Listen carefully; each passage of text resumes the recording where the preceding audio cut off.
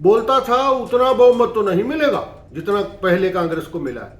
अब वे भी पलटने वाली है, मतलब दोबारा सरकार आने वाली है और बहुमत कम मिलेगा, ज़्यादा नहीं मिलेगा। मतलब सरकार इसकी बनेगी लेकिन बिल्कुल उतने बहुमत से ही बनेगी जितना चाहिए। तो भाई पंजाब में तो गूंजा फिर जत हुई है इसका आम आदमी पार्टी का 93, 117 में से 93 जीते हैं इसके MLA, 93 सीटें लेकर के गए हैं 117 में से।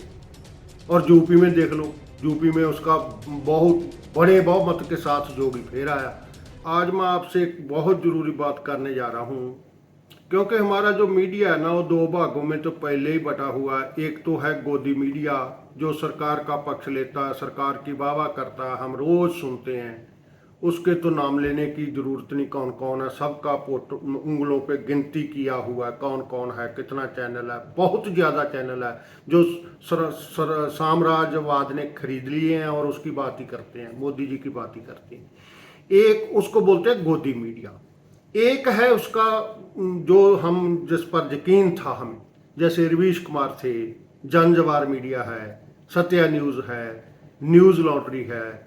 इसी तरह 4 PM पर भी मेरा यकीन था कि वो सच बोलता है। जब मैं सुनता था तो इनकी खबरें सुन लेता था तो पता चल जाता था कि खबर का टेस्ट क्या है। इसको मीठे में भी नहीं लपेटा गया और इस पर कड़वापन भी नहीं लगाया गया। बिल्कुल ठीक खबर जो होती है वो खबर देते हैं, हम सुन लेते थे तो तसल्ली हो जाती थी। लेकिन पिछले 1-1.5 महीने से मैं बहुत परेशान हूँ, क्योंकि जो इसी मीडिया में एक रोगी मीडिया पैदा हो गया। क्यों? क्योंकि ज्योतिष एक रोग है जो समाज को लगता है और समाज का बहुत बड़ा नुकसान करता है। और ये जो मीडिया है, जो मैं 4 PM की बात करता हूँ, ऐसा और भी है बथेरे, पर मैं 4 PM की बात स्पेशल करूँगा। इसके चीफ एडिटर हैं जो अजय शर्मा, वो एक ज्योतिषी को पिछले दिनों में से उसके ज़्यादा ही फैन हो गए। पहले तो उसकी सिफ्त करते हैं बहुत, ये बहुत अच्छे ज्योतिषी हैं, इसकी प्रेडिक्शन तो बिल्कुल ठीक होती हैं, अब तक जितनी भविष्यवाणियाँ की हैं सभी बिल्कुल करेक्ट, ऐसा ही बोलते हैं। आप यकीन करें ना करें, मैं आपको यकीन कर उसकी भूमिका खूब भूमिका मानते हैं। और भूमिका के बाद फिर उसकी जो 4 भविष्यवाणियाँ उसने की, मैं आपको बता दूं उस चैनल पर बैठ करके क्या भविष्यवाणी की उसने। आचार्य राजीव नारायण शर्मा जी ने सबसे पहली भविष्यवाणी उसने की, सुप्रीम कोर्ट क्या आदेश देगा राहुल गांधी के केस में। जो राहुल गांधी का केस सुप्रीम कोर्ट में गया, उस पे क्या आदेश देने वाला है सुप्रीम कोर्ट। एक तो ये भविष्यवाणी की है।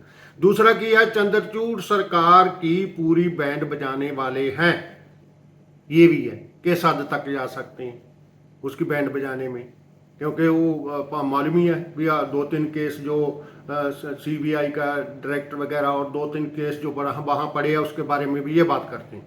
अगला, साहब के अगस्त से बुरे दिन शुरू। साहब बोलता मोदी जी को, मोदी जी को अगस्त से बुरे दिन शुरू है, अब बस ये डूबने वाला है, ऐसे होएगा ऐसे होएगा, उसकी भविष्यवाणी करता है। और 4 नंबर भविष्यवाणी करता है प्रियंका गांधी बनेंगी प्रधानमंत्री। उसकी कुंडली बताता है, कुंडली में कौन ग्रह बैठा है, कौन किधर काम कर रहा, कैसे किधर को जा रहा है, किधर से आ रहा है, ये सभी बताया उसने। संजय शर्मा जी ने एक सबसे बड़ी बात और की, एक प्रेम कुमार को ज्योतिषी है उसके साथ बैठे, प्रेम कुमार के साथ उसने बात करते हुए कहा कि मुझे जब मेरे चैनल पर संकट, हम मुझे भी मालूम है ना 4 PM थोड़ा किसान आंदोलन के बाद जब चलता था तो बंद हो गया था थोड़ा समय के लिए, बहुत संकट आया था इसके ऊपर। और ये बोलता था कि मुझे कोई एजेंसी पकड़ती थी, कहाँ से कोई एजेंसी पता नहीं कब आ जाती थी, और लेकर मुझे ज्योतिषियों ने बता दिया था कि आपको कुछ नहीं होगा। तो मेरा कुछ नहीं बिगड़ा, इसलिए मेरा पूरा यकीन है। संजय जी इसके बारे में बोलते हैं। और सबसे बड़ी बात जो ये करने आते हैं चैनलों पर प्रेम कुमार और ये जो राजीव है, ये करने तो यही बात आते हैं भी हमारी लोगों के पास हमारी ID चली जाए, हमारा कोई ना कोई एड्रेस चला जाए, कोई फ़ोन नंबर चला जाए, कोई WhatsApp नंबर चला जाए।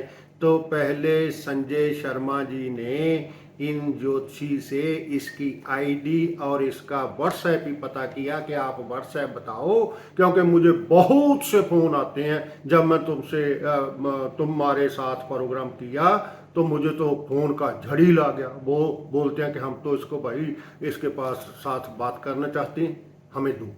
सो सबसे पहले तो उसका आईडी और जो व्हाट्सएप नंबर है वो नीचे चलाया जाता है। और अब मैं बताता हूं कि इसको पकड़ा कैसे जाए। एक ना जो प्रेम कुमार जी ने और बनाया और बताया, जो सबसे बड़ा झूठ बोला इसने, 3 अप्रैल 2023 उस दिन ही प्रोग्राम कर रहा है संजय शर्मा जी के साथ। इसने बोला कि चाणक्य महाराज के जमाने में इमिग्रेशन में टेवा मांगते थे, पासपोर्ट नहीं। 1000 साल पहले की हुई गणना, सूरज किस समय उदय होगा और किस समय अस्त होगा, वो आज 3 अप्रैल 2023 को भी ठीक है, वो एकदम कहते हैं।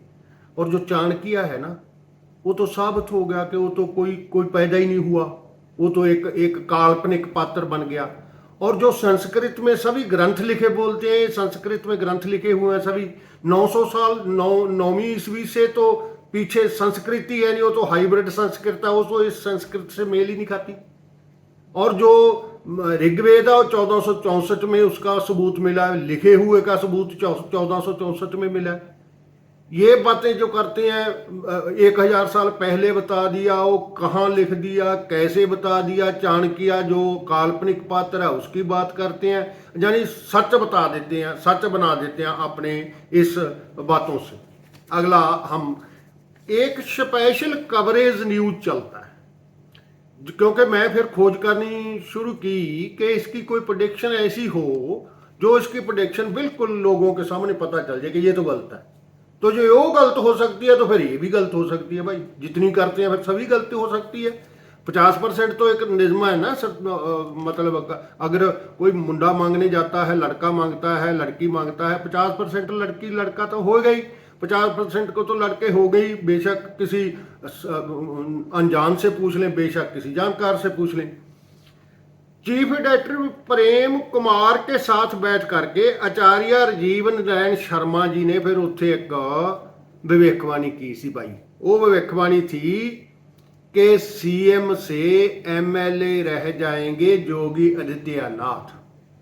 और योगी आदित्यनाथ की सरकार जो पिछले साल हुआ चुनाव पंजाब में और यूपी में इकट्ठा, उसकी भविष्यवाणी की है इसने, इसी ज्योतिषी ने, जिस ज्योतिषी ने 4 PM पे जाके किया, इसी ने चीफ एडिटर प्रेम कुमार के साथ बैठकर भी ये बात की है। उसने बात किया ये कि दोनों जो यूपी है वहां भी सरकार बदल जाएगी, और पंजाब में कांग्रेस की सरकार थी, बोलता था उतना बहुमत तो नहीं मिलेगा जितना पहले कांग्रेस को मिला है। अब वे भी पलटने वाली है, मतलब दोबारा सरकार आने वाली है और बहुमत कम मिलेगा, ज्यादा नहीं मिलेगा। मतलब सरकार इसकी बनेगी लेकिन बिल्कुल उतने बहुमत से ही बनेगी जितना चाहिए।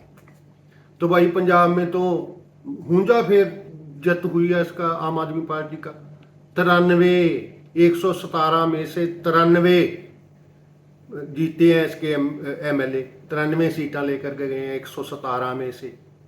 और यूपी में देख लो, यूपी में उसका बहुत बड़े बहुमत के साथ योगी फिर आया।